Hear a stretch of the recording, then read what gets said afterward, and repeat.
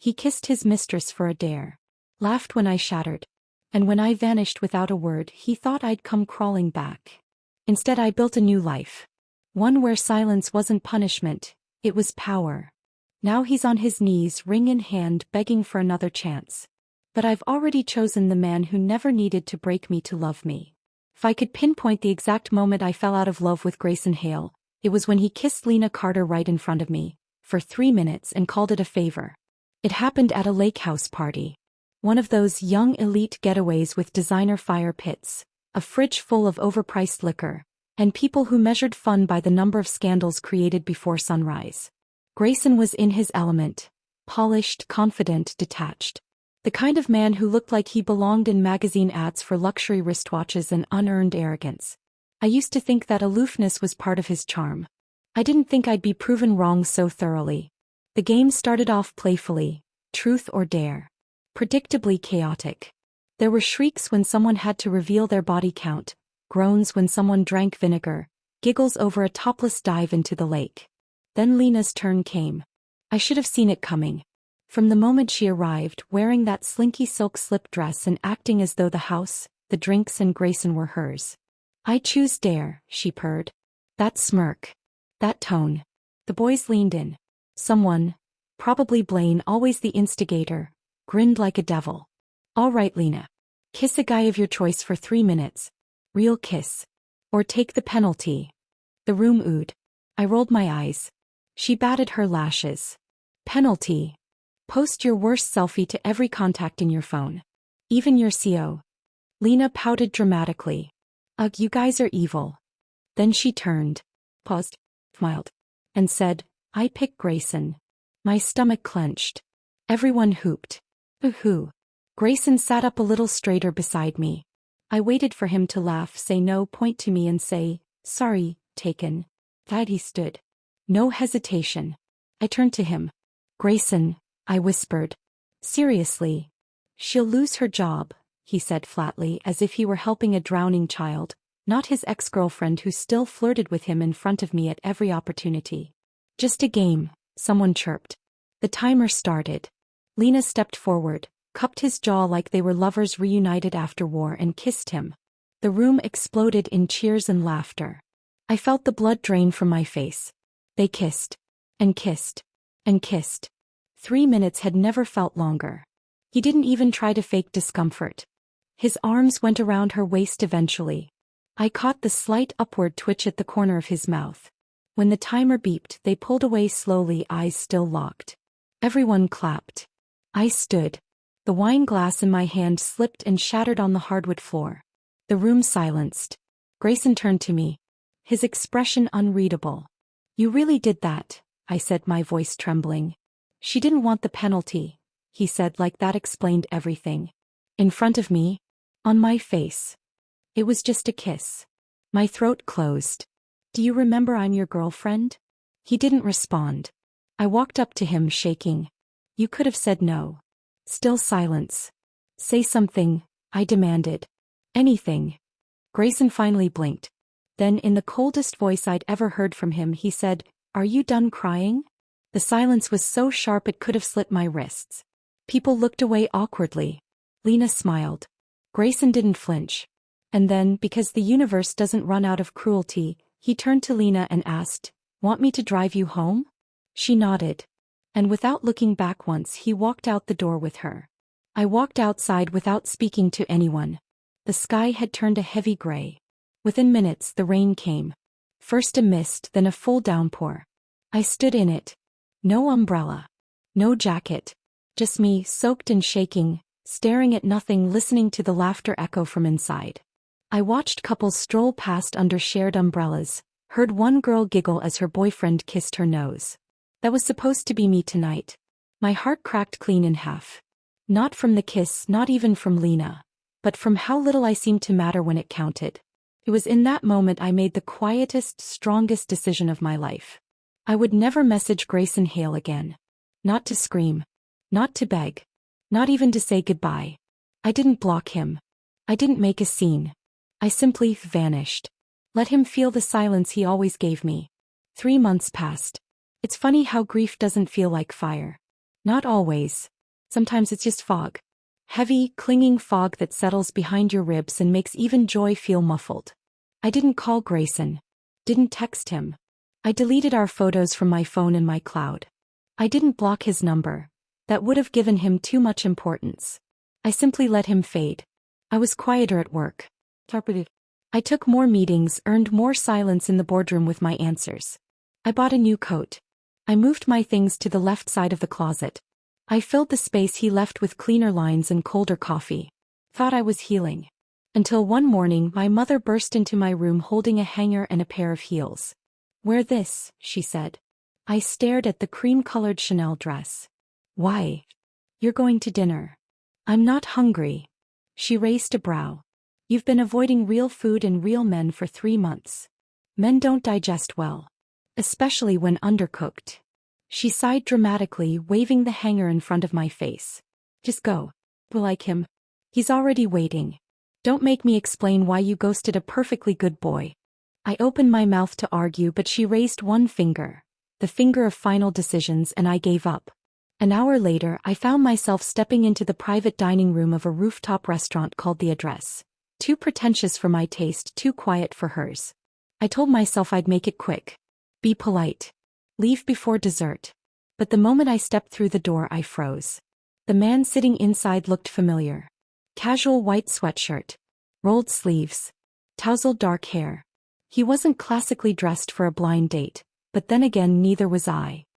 He looked up from the menu, eyes locking onto mine with a flicker of recognition.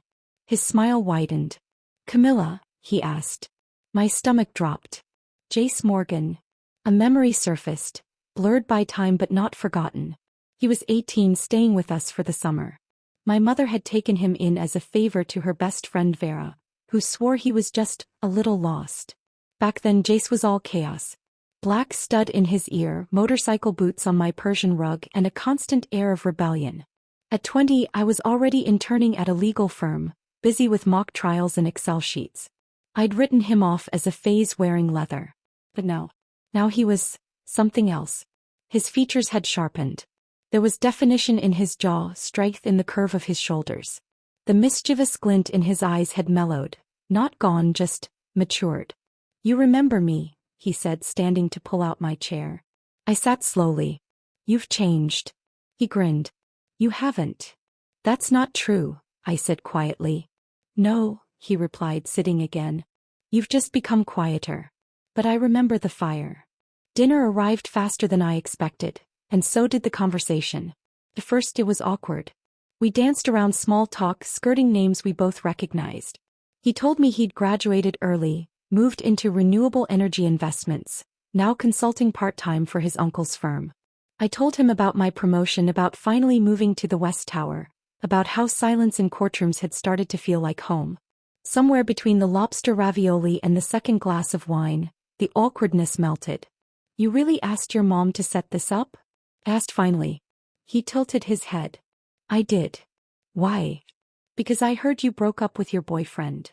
My spine stiffened. "So you figured I was on clearance?" He laughed, unbothered. "No. I figured you might finally see me." His boldness was unexpected and disarming. "You were a reckless teenager who threw rocks at streetlights and got into fights at gas stations. And now I have health insurance and bake sourdough on Sundays," he replied with a wink. I couldn't help it. I laughed. After dinner he offered to drive me home. I said no, but he insisted. I figured one car ride wouldn't hurt. Until it did. Because somewhere in the middle of our drive, I reached to unbuckle my seatbelt and the clasp jammed. I leaned forward, tugging. He leaned in to help. And then I moved too quickly, too carelessly, and slammed right into his face. My chest. His cheekbone. We both froze. "Oh my God," I breathed. "I'm so sorry." "It's okay," he said, his voice tight. I pulled back, flustered, hands trembling slightly as I fumbled for the handle. But in my rush to escape, I misjudged the step and tripped, right onto him. This time we landed on the sidewalk. Him beneath me, my hands on his chest. His breath warm against my collarbone. We didn't move. For a long second we just stared. And then, because embarrassment is cruel, I heard a familiar voice gasp. "Camilla." I turned my head and saw my mother. next to her Vera. Jace's mother. Wonderful. Well, Vera said, lips twitching with amusement. This escalated quickly. My mother raised an eyebrow. You're progressing faster than your high school essays, Camilla. I tripped, I muttered, scrambling off Jace. He stood up beside me, brushing off his sleeves. She fell for me, he deadpanned. Vera laughed.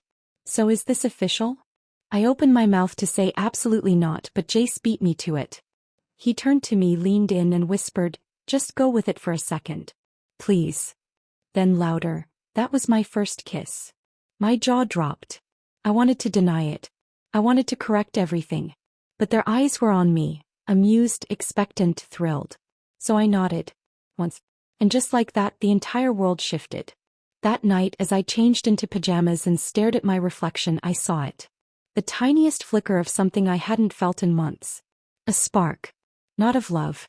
Not yet. But of potential. There was something quietly dangerous about comfort. The way it slips in unnoticed, softens your guard and whispers, you're safe now. That's what it felt like with Jace Morgan. The days after the kiss incident, if we can even call that clumsy sidewalk collision a kiss, passed with a surreal kind of stillness. I expected awkward distance or at least a pause from him, but instead Jace did the opposite. He texted the next morning. Jace, I have a theory. You tripped on purpose so I'd catch you. Me, I have a theory you're delusional. Jace, we can test both over brunch? And just like that we started seeing each other. Not dating.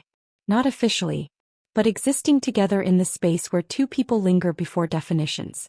He picked me up for coffee the next Saturday, said nothing about my outfit, but kept sneaking glances when he thought I wasn't looking. I wore flats on purpose. No more dramatic falls. We went hiking the next weekend. He packed peanut butter sandwiches and orange slices like a child on a field trip. We got caught in the rain. He tried to shield me with his hoodie. I let him. Each moment with Jace felt gentle. Not dazzling, not cinematic. Just easy. Like exhaling after a long-held breath. One night we ended up in an arcade. It wasn't planned. We were driving past it after dinner and I muttered something about needing to hit something. Jace immediately pulled in and dragged me to the boxing game. He missed the first punch completely.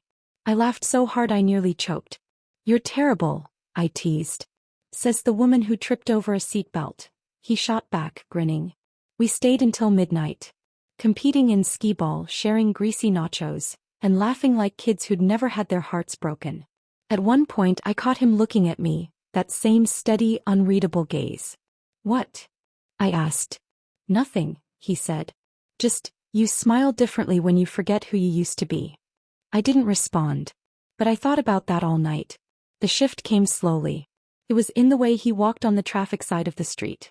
The way he peeled shrimp for me at dinner without asking. The way he remembered I hated mint chocolate, and picked it out of every mixed candy bag he brought. Grayson had once said affection wasn't his language. Jace made affection a dialect he spoke fluently. Then came the afternoon at the bookstore. I had mentioned offhand that I'd lost my annotated copy of Wuthering Heights, an edition I'd filled with notes during my final literature class at university. A week later, Jace showed up with a used copy similar in edition. Inside was a single post-it note. For the girl who deserves more than second-hand love.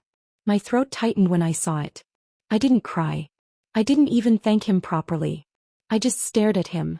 This boy who had grown into a man while I wasn't looking, and felt something shift inside me. That night he took me to a rooftop park above the city. It wasn't fancy, just a hidden green space atop an office complex, the kind of place most people didn't know existed. The wind was soft, the city lights glowed beneath us, and Jace laid out a blanket like he'd done it 100 times. I used to come here when I was younger, he said, stretching out beside me. After fights with my mom. Or when I wanted to feel big enough to swallow the skyline. You were always dramatic, I said gently. He smirked. Still am. We lay there in silence for a while, the kind that feels like a blanket instead of a wall. Then suddenly he turned to me. You're still in love with him? The question wasn't accusatory. Just honest. I didn't flinch. No, I said. But I still hate what he made me become. Jace nodded slowly. I hated that version of me, I admitted. So desperate to be enough. So willing to accept crumbs. You're not that girl anymore, he said quietly. How do you know? Because that girl would have blocked my number by now, he teased. I laughed and he smiled. The tension between us was palpable now, like silk stretched too tight. My heart beat too loudly in the quiet. Then he said, "Can I kiss you?" No games. Just a question. Simple. Steady. Consensual. And in that moment everything old inside me, all the parts still aching, still cracked, quieted. "Yes," I whispered. He leaned in slowly like I might vanish. His lips brushed mine once. Tentative. Then again more certain. His hand cupped the side of my face, thumb grazing my cheek. I let my eyes close. I let myself feel it. Not a kiss built on need or apology. Not an act of erasure or comparison. Just a kiss that said, "I see you." When he finally pulled back, he didn't speak. He didn't need to. Because neither did I. I thought about that kiss the entire drive home. And again in the shower. And again when I lay awake in bed, staring at the ceiling and wondering how something so quiet could echo so loudly. The next morning he sent a photo of a mug with a lipstick stain. "Jace, should I keep this as a trophy or wash it and pretend I'm chill?" "Me wash it. You're not that cool." "Jace, fair." I didn't know where we were headed. I didn't know if I was ready for anything real. But I knew this. With Jace I didn't feel like a wound. I felt like a woman again. And for the first time in a long, long while. That was enough. There's something disorienting about falling for someone slowly. It doesn't feel like crashing into a thunderstorm the way it did with Grayson. There's no lightning or sharp edges or waiting for the other shoe to drop. With Jace it was rain on windows. Steady. Unapologetic. The kind that doesn't demand your attention. It simply keeps falling until you realize your entire world is quietly soaked in it. We had fallen into a rhythm. We weren't official, whatever that meant anymore, but he was in my life daily. Texts in the morning. Voice notes at lunch. Surprise coffee drop-offs. Midnight walks when my insomnia refused to let me be. And he never asked for anything. He just showed up. It was so terrifyingly gentle that I nearly ruined it twice just trying to find the flaws. One Thursday evening I stopped by his place unannounced. He answered the door in an apron, shirtless underneath, flowers smudged across his collarbone. My brain stalled. "Don't say it," he warned, clearly flustered. "You bake topless?" I asked. "I overestimated my ventilation system," he muttered, turning pink. I sat at the kitchen counter while he pulled bread from the oven and grumbled about yeast. Somehow it was the sexiest thing I'd ever witnessed. "Want to stay for dinner?" he asked. "Only if you wear gloves with that sourdough," I teased. He rolled his eyes, but the smile never left his face. That weekend I learned his birthday was coming up. "What do you want?" I asked. "You," he said without hesitation. Then sheepishly, "I mean, nothing big. Just maybe time. And cake. Lots of cake." I pretended not to blush. Still, I couldn't ignore the urge bubbling under my skin. The need to do something. Give him something that meant more than words. Something lasting. That's how I ended up at the Crosswood Foundation's annual charity auction the night before his birthday. It was held in a glass-domed atrium, chandeliers catching light like floating stars. Guests in velvet and silk sipped champagne while flipping through glossy auction catalogs. I wore a tailored ivory pantsuit and heels that hurt with every step, because power has a price. I hadn't planned to bid. I came to browse, maybe make a donation and leave. But then I saw it. Lot 27. A limited edition handcrafted men's watch. Black onyx dial.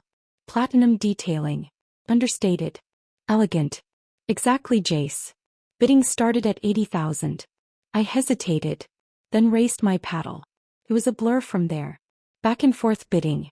A man in a navy suit challenged me multiple times. I didn't back down. I knew it was excessive. Jace would probably be horrified. But I didn't care. I wasn't trying to impress him. I just wanted to give him something that said, "You matter. I see you. I choose you." My final bid cleared 6 figures. The gavel dropped. And that's when I heard someone say my name. Camilla West. I turned. Wendell Mason. Of course. He was part of Grayson's old circle. Not cruel, not close either, just observant enough to make things inconvenient. "Didn't expect to see you here," he said, eyeing the number on my paddle. "You bid big." I smiled politely. "It's for someone important." His brow lifted. "Grayson." I didn't answer. But the damage was already done. The next morning Wendell told Grayson everything. About the watch. About the bidding war. About how determined I looked. Grayson, I later heard, had been seated at some rooftop cigar lounge when the news reached him.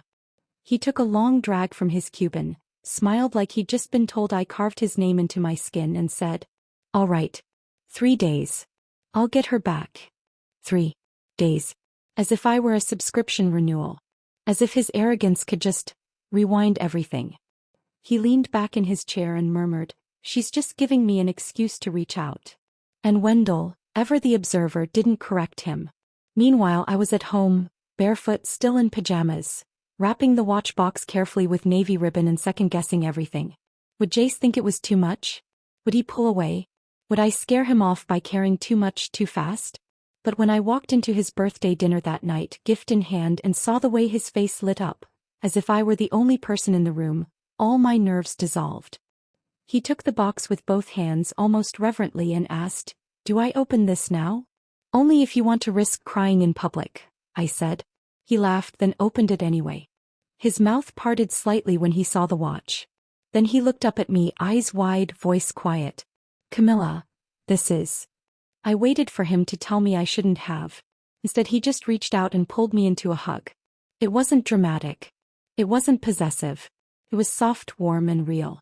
"Thank you," he whispered, his voice almost breaking. "No one's ever given me something like this." I rested my cheek against his shoulder and whispered back, "You've never let anyone." That night when he walked me back to my car, he held my hand like it was the only thing keeping him grounded.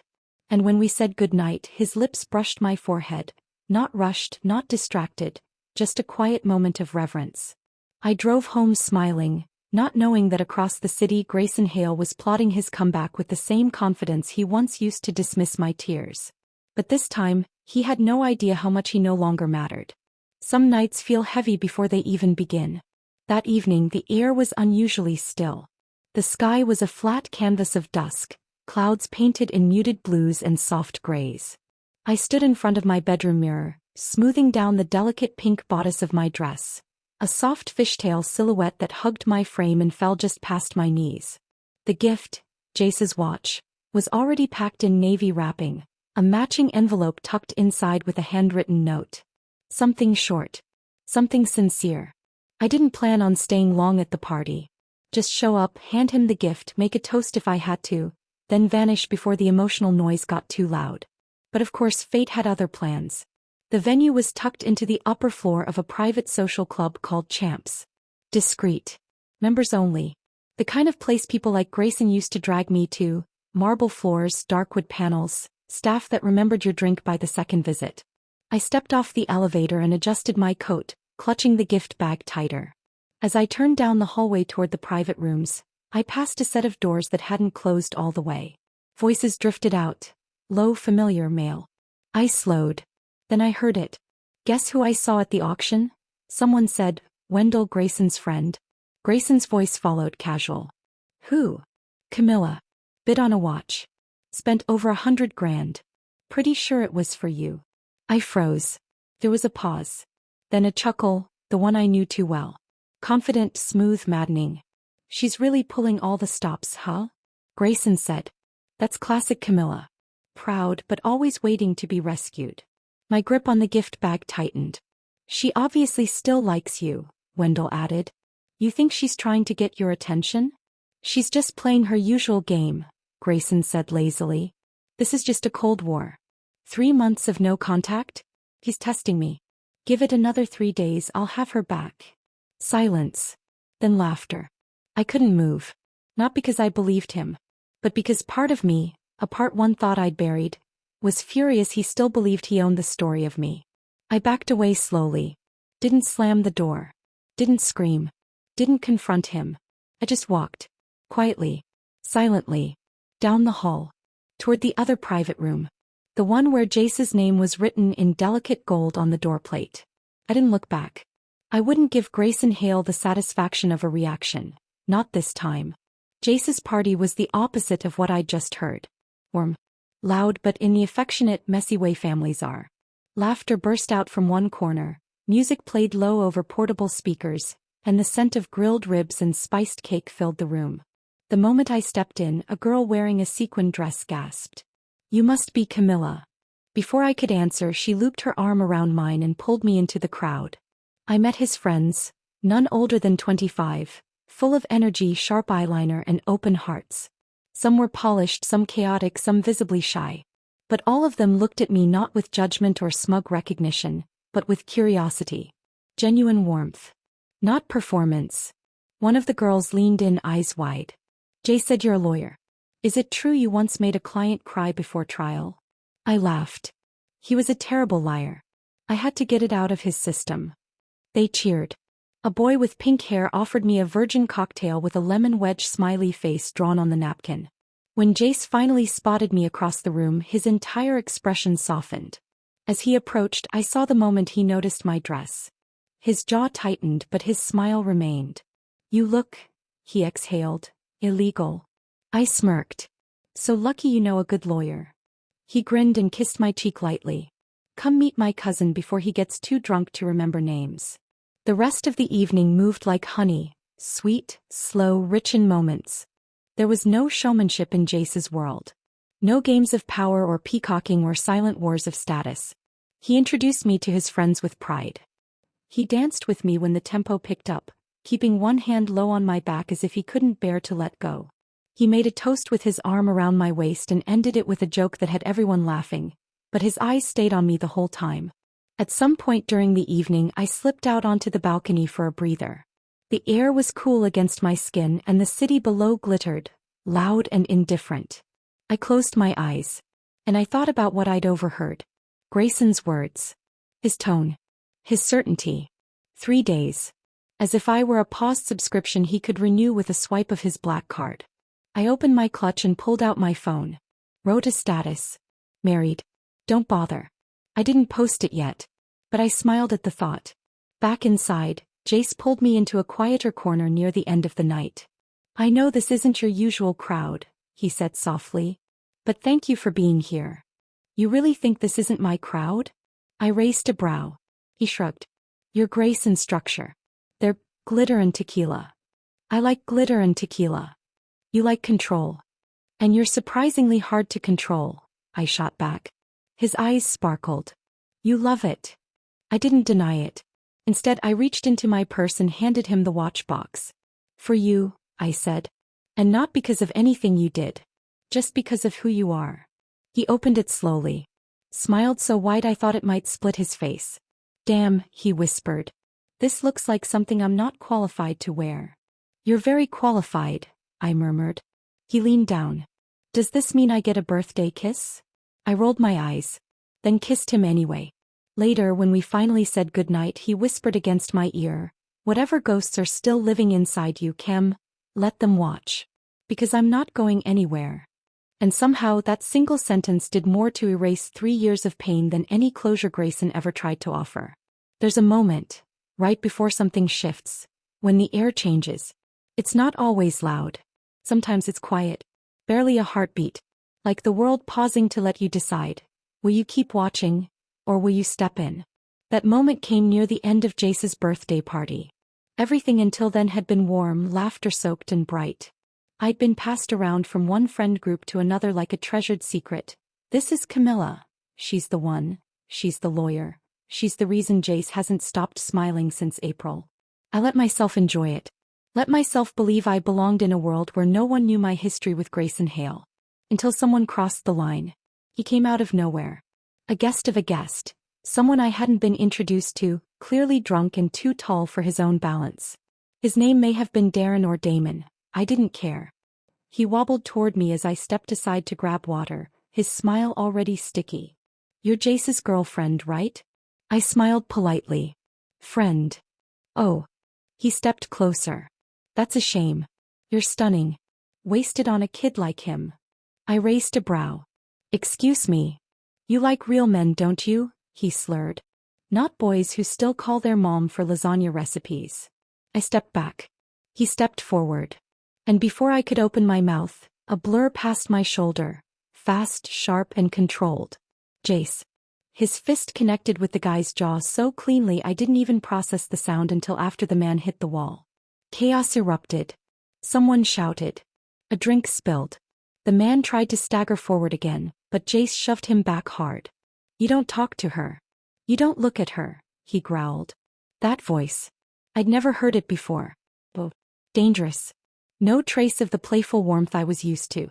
Made my heart trip. Not out of fear. Out of something much deeper. Something ancient and instinctive. Jace. I reached for him, fingers curling around his arm. He turned sharply, breathing heavy. And the moment he saw me, really saw me, everything in him softened. His fists unclenched. His jaw relaxed. He looked ashamed. "I'm sorry," he murmured. He touched you." "He didn't," I said gently. "Not really." "But he could've," he replied like that was enough. I didn't say anything. Just kept my hand on his arm. 10 minutes later we left the party. His friends didn't stop us. They offered nods and pats on the back but no judgment. They understood. Sometimes the best thing you can do is remove the thing you love from a room that doesn't deserve it. The drive was silent. Not awkward. Just charged. He kept glancing at me like he wanted to explain himself but didn't know how. I broke the silence first. "You didn't have to hit him." "I know. But you did." He nodded. "Because of me?" He turned at a red light. "Because of how he looked at you. Like you were a game. A trophy." I couldn't take it. No one had ever defended me like that before. Grayson used to smooth over public tension with charm and politics. If someone insulted me, he'd deflect with a joke. Later he'd say, "You have to let things go. Don't embarrass yourself." Jace didn't let anything go. He made it known. I was not to be touched. Not to be spoken to like that. Not on his watch. It was reckless. It was raw. And it made me feel something I hadn't in years. But he pulled into my driveway. Cut the engine. Neither of us moved. Then he turned to me, expression unreadable. "I know I overreacted." "You didn't," I said softly. He studied my face. "You're not afraid of me?" "Afraid." I blinked. "You think that's what this is?" He looked away. "Sometimes I feel like I've been holding back around you. Trying not to scare you away. But the truth is, Camilla, when I care, I care. It's not casual. It's not cool. It's intense." I leaned forward, voice low. "Then stop holding back." He froze. His eyes snapped to mine. "Say it again," he whispered. "Stop holding back." That's when he moved. Fast. Sure. His hand found my face as he kissed me, harder than before, not hungry but certain. Like he finally had permission. Like all the quiet restraint he'd kept hidden now rushed to the surface. My back hit the passenger door as his mouth found mine again. Lips warm, breath heavy. His other hand hovered, never forcing, just waiting. I pulled back just enough to look at him. "Inside," I said. He hesitated. "You sure?" I nodded. "Come inside." We barely made it to the hallway. His jacket was gone. My heels kicked off. He held me like he couldn't decide where to touch first, so he touched everything gently. But there was no rush. When we reached the edge of my bed, he paused. Looked at me like I was something holy. "I'm not here for a moment, Camilla," he whispered. "I'm here because I don't want a version of you. I want you. All of it." And for the first time in so long I believed someone. What followed wasn't about lust. It wasn't about proving something or burying pain. It was about being seen, fully, openly, and being wanted anyway. When we finally collapsed against the sheets, breathless and quiet, he tucked my hair behind my ear and kissed my shoulder like it was the only prayer he knew. I lay there beside him, his chest rising and falling under my hand, and thought, This is what it's supposed to feel like. Not fireworks. Not fear. Just warmth that stays. It started with a message. A single text. No greeting. No pleasantries. Just a time and a place. Maison Étoile. 2 p.m. tomorrow. Just us. Lena. I stared at it for a long time. Deleted it once. Reread it when it reappeared in my iCloud sync. Then I sat with the question longer than it deserved. Why no? Why me? I didn't need to ask how she got my number. She'd always had it. Like women like her always have everything quietly tucked into the folds of their influence. Lena had been more than Grayson's new flame. She'd been his upgrade. His second act. The elegant, media-trained perfection he replaced me with. No scars, no courtroom wit, no hard-earned cynicism. Just glamour. Softness. The illusion of effortlessness. But now, 3 months later, she wanted a conversation. So I gave it to her. Maison Etoile was a soft white blur of marble floors, fresh lilies, and long-stemmed wine glasses that made even silence sound expensive. She was already there when I arrived, seated at the edge of a terrace table, legs crossed, sunglasses perched atop her head like a crown. She stood when she saw me, smile pristine. "Camilla," she purred. "You look surprisingly rested." I smiled tightly. "And you look exactly like the PR team wants you to." Her lashes fluttered, but the smile didn't crack. We sat. She gestured for the server, ordered a champagne spritzer with lavender syrup, then turned to me like we were old sorority sisters catching up on harmless gossip. "I wasn't sure you'd come," she said. "Then why did you text?" She paused. "Because I know how hard it is to pretend you've moved on when you haven't." I raised an eyebrow. "Projecting, are we?" She laughed softly, head tilted. "No. I just remember how obsessed you were. I thought, maybe you'd want closure." Closure. That old trick. She didn't come for closure. He came to win. "I heard about the watch," Lena said casually. "The one you bid on. For the new guy." "Jace," I corrected. "Oh right, she smiled. "The younger one." Her voice laced with sugar.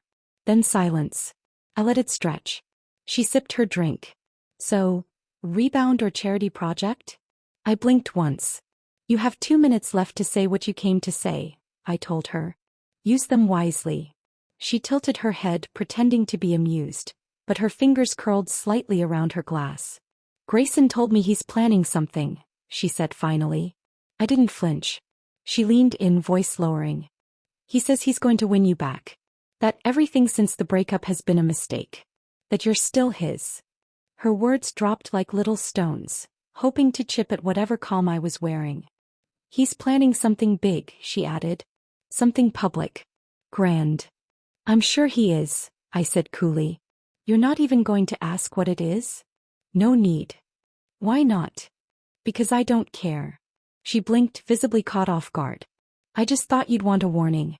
You know, woman to woman." "That would require both of us being women," I replied, lifting my glass. "Not competitors." Lena stiffened. "I'm trying to be kind." "No," I said, meeting her gaze. "You're trying to rattle me. To remind me that you're younger, newer, shinier. You came here to feel taller by standing over the version of me that used to need him." Her smile faltered. "But here's the thing, Lena," I continued, my voice soft but sharp. "I'm not that version anymore. I'm not the girl who cried over men who treated me like footnotes. And I'm definitely not the woman who competes with someone who traded love for leverage." She stared. I leaned back. "So if you came here looking for a moment, a crack, you wasted your outfit." Her cheeks flushed just barely. Then too quickly she stood. "Grayson was right," she muttered. "You are cold." "No," I said. "I'm just done warming people who bring nothing but frostbite." I didn't finish my drink. Didn't stay for dessert. I left her at the table, alone, beautiful and empty-handed. Outside, the sky was heavy with pre-summer heat. I took off my coat and let the sun touch the bare skin at my collarbones. Grayson was planning something. Something loud. Something cinematic. Of course he was. Because that's what men like him do when they lose control. They stage productions. But this time I wouldn't be waiting in the wings. I'd be center stage, already rewritten in a story where he no longer had a name. There are moments in life that you can feel building long before they arrive. Like pressure in the air before a storm. A silence so deliberate you know it's only pretending to be still. That was how the day felt.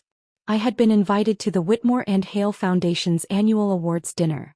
A night for elite donors and benefactors to parade their wealth beneath a thin veil of philanthropy.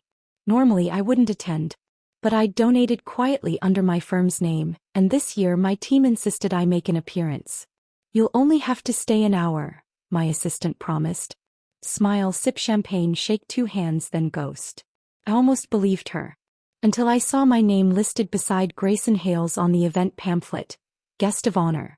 Camilla West Askew. Introduction by Grayson Hale. I blinked. My fingers curled around the printed cardstock like it had insulted me. This wasn't coincidence. This was coordination. A play. A final act in a drama I didn't audition for. I should have left. Should have turned around and walked right out of the ballroom with its golden arches and softly glowing chandeliers. But I didn't. Because something in me, the part he used to shatter and reshape at will, wanted to watch him fail at this too. Wanted to burn the script he had written and read my own lines instead. Jace had offered to come with me that night. I told him no. This isn't your fight, I said softly. He nodded, brushing his thumb across my cheek. But I'll be waiting when it's done. And so I walked in alone, wearing a steel gray gown that caught the light like armor. No jewelry. No theatrics. Just sharp lines and sharper silence. The speeches droned on. A woman with a doctorate in childhood trauma. A donor from a hedge fund who somehow made his tax evasion sound noble. Light laughter, glasses clinking, false humility glowing beneath tailored suits. Then they called my name. I stood. Chin high. Steps steady. I walked to the podium as Grayson approached from the side to introduce me. He was already smiling. Microphone in hand. Audience waiting. He looked at me like I was the ending he had been writing in his mind since the day I left. Good evening, everyone, he began, his voice syrupy. Confident. I'm honored to stand beside a woman who has always stood for grace, strength, and resilience. Camilla and I, he paused for effect, have shared a lot of history. Some of it public. Some of it personal. Polite chuckles from the crowd. He turned toward me. We had our ups and downs like anyone. But I've learned that true connection doesn't fade. It deepens with time. I didn't blink. And tonight, he continued, stepping closer, I want to do something that should have happened a long time ago. Then he turned. Pulled out a velvet box. Dropped to one knee. Gasps echoed like wind in a cave. My lungs didn't move. Not because I was shocked. But because it was so predictable. So shallow. This wasn't for me. This was for every camera phone, every whispering guest, every business ally he wanted to impress with a grand gesture. A comeback story. He opened the box. A ring sparkled inside, oval cut, absurd, soulless. Camilla West, he said smoothly. Will you give us a second chance? Silence. Not reverent. Not romantic. Tense. Confused. Dozens of eyes turned to me, waiting. Wanting me to cry. To smile. To say yes. To complete the scene. Instead, I took the microphone from his hand. And I turned to the crowd. Ladies and gentlemen, I said, voice calm. Tonight has been full of surprises. But none greater than this attempt at rewriting history. A few nervous chuckles. I looked down at him, still kneeling, still smiling like this was foreplay. It wasn't. You see, I continued, this man left me. Publicly. Carelessly. For someone else. The air thickened. And when I picked myself up, when I chose silence over spectacle, he assumed it meant I was waiting. I turned back to the guest. Let me be clear, I wasn't. Gasps now. Whispers. I dropped my gaze to Grayson. And let me say something to you, Grayson, not for closure, not for pity, but for truth. He blinked. The smile twitched. You don't get to leave someone shattered and come back just because they've put the pieces back together prettier than you remembered. A hush fell over the room like snowfall. This isn't love, I said softly. This is ego. And I'm not your redemption arc. I set the microphone down, turned, and walked off the stage. People stared. Some awkwardly applauded. I didn't care, because I had never felt more free. I left the venue without looking back. Outside, the sky had darkened. The breeze tugged at the hem of my dress. And there, leaning against his car, hands tucked in his pockets, was Jace. He stepped forward as I approached. You okay? He asked quietly. I nodded. More than okay. He opened the passenger door. I slid in. As we pulled away from the curb, I glanced in the side mirror. Grayson was still kneeling, alone, the velvet box still open, the scene unfinished. And I smiled. Because I was no longer part of his story. Some storms come quietly. Not with thunder or chaos. Just a soft, steady unraveling. The kind that begins with a whisper, a glance, a silence that lingers longer than it should. That was how Grayson began to fall apart. Not in fire. But in echoes. The night after the gala, my phone rang 6 times. Grayson. No voicemail. No text.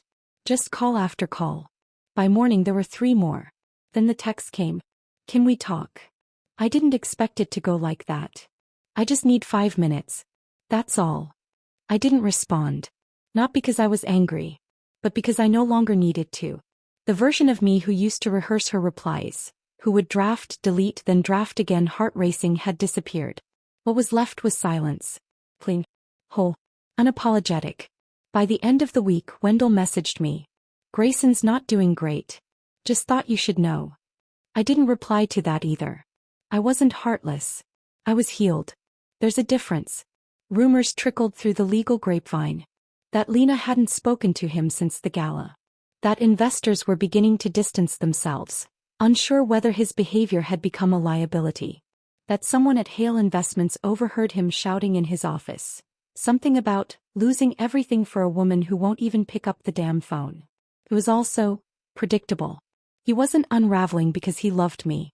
He was unraveling because he couldn't control me anymore. And for Grayson Hale, control had always been mistaken for affection. Meanwhile, my life grew quieter, and somehow fuller. Jace didn't press me to talk about the gala. He didn't need the play-by-play. Didn't need to be reminded that he wasn't the only man who had ever knelt in front of me. Instead, he brought me coffee.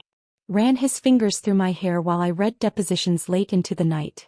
Let me rest my head on his chest and whispered, "You're safe now," like it was a spell he truly believed in.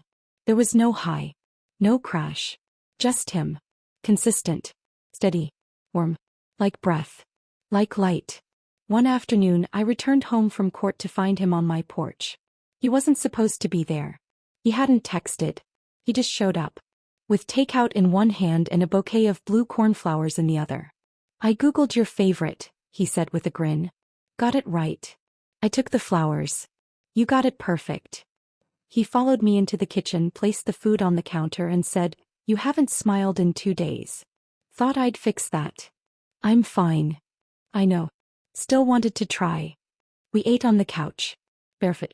Music playing low. I told him about the hearing. The opposing counsel who couldn't pronounce amicus curiae. The judge's dry wit. The paralegal who kept stealing staplers. He laughed like it all mattered. Think I mattered. And I realized, somewhere between the egg rolls and the jasmine tea, that I hadn't thought about Grayson all day. Later that night I sat cross-legged in bed, wrapped in one of Jace's hoodies, while he sat at my desk trying to fix my old laptop's fan. His hair was messy. He was muttering to himself. I think he called the machine a gremlin. I watched him. Really watched him. And the strangest thing happened. I felt peace. Not passion. Not butterflies. Just stillness. The kind of stillness that tells you you're home. "Jace," I said quietly. He looked up. Thank you." He blinked. "For fixing your dying laptop?" "No," I smiled. "For being here. And not asking for anything in return." He stood across the room and kissed my forehead. "I'm not here to be thanked, Camilla," he said. "I'm here because you deserve better than people who only loved the broken parts of you." I felt tears rise, not from sadness but from release. Then he pulled me into his arms and held me like the war was over. Because, in a way, it was. Grayson tried one last time. A letter. Hand-delivered. Thick ivory envelope. My name written in ink he probably paid someone else to make look effortless. I didn't open it. I burned it. Watched the edges curl into ash in the small fireplace on my patio. Not out of vengeance. Not out of bitterness. But because I didn't need his words anymore. I had found my own. 1 week later I walked into court with my head held high. Not because I was trying to prove anything. But because I no longer had anything to prove. And when I won the case that afternoon, a difficult property dispute that my entire team had lost sleep over, I didn't celebrate with champagne. I celebrated with Jace. We sat at a rooftop bar overlooking the city, shoes off, our feet dangling from the edge of a velvet booth. He handed me a single glass of wine and said, "To you. For finishing the story on your own terms." I clinked my glass to his. And whispered, "To beginnings." The lake house was exactly the same. That was the strangest part. The deck still creaked in the same places. The trees still swayed in lazy rhythm along the water. Even the old tire swing hung from the same branch, its rope fraying but unbroken. But I wasn't the same. And that made all the difference. I parked the car just outside the gate, the gravel crunching beneath my tires. I hadn't told anyone I was coming. Not even Jace. This was something I had to do alone. Closure isn't a ceremony. It's not always about confrontation or clarity. Sometimes it's just standing where you once shattered and realizing you're not glass anymore. The memory came easily, as if it had been waiting for me. Grayson standing in that circle of rich boys and louder girls. Lena lip-glossed and glowing, declaring her dare. His hands on her waist. The kiss. The laughter. My silence. But today the air was still. And I could breathe. I walked out to the dock. The same dock where I'd stood soaking in the rain that night, shattered. Now I stood dry. Whole. I sat down slowly at the edge, my heels dangling over the water. My phone buzzed once, a calendar alert. Court in 2 days. The world still moved. I unlocked it. Scrolled through my old photos. Paused on one. A picture of Grayson and me at this very lake. His arm around my shoulder. My smile too wide to be real. I stared at it for a long moment. Then hit delete. No fanfare. No dramatics. Just gone. I didn't cry. Didn't sigh. Just tucked the phone away and leaned back on my elbows, face turned toward the sky. And that's when I heard the car door slam. Footsteps. I didn't move. Thought you might be here, Jace's voice said behind me. I turned, shielding my eyes from the sun. He was holding 2 iced coffees and a paper bag of pastries. I didn't tell you, I said softly. You didn't have to. He walked toward me, crouched beside the dock and held out the coffee. I know your face. I smiled. That's dangerously romantic. I'm dangerously committed. He sat beside me. And we stayed like that. Saying nothing. Just watching the lake ripple like it always had. But somehow it looked different. You okay? He asked finally. More than okay. He nodded. Good. Because you don't owe this place anything. I know. I glanced over. I didn't come for it. I came for me. He smiled at that. You always were the main character. Took you long enough to realize it. I laughed. You're impossible. I'm patient.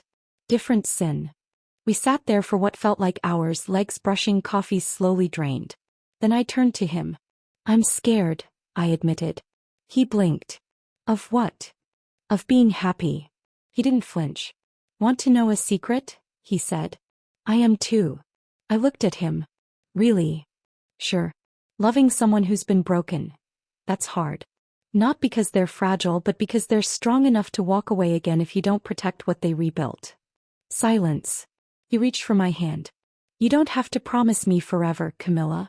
Just promise me you won't run the first time things aren't perfect. I gripped his hand tighter. I promise.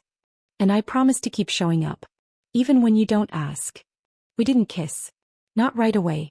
We just sat there, fingers entwined, hearts quiet, watching the lake reflect the soft bruising blue of the sky. And for once there was no past chasing me. No ghost of Grayson whispering that I was too cold, too difficult, too much. Just this. A future that felt calm. A man who stayed. And a version of me I didn't want to run from anymore. Later that evening, as the sun sank into the water and turned the trees gold, Jace pulled me into a quiet embrace. He didn't ask me what I wanted next. He just whispered, whatever it is, I'm in. And for the first time I believed a man, not because of what he said, but because of how silent the truth felt when he said it. Like peace. Like healing. Like home.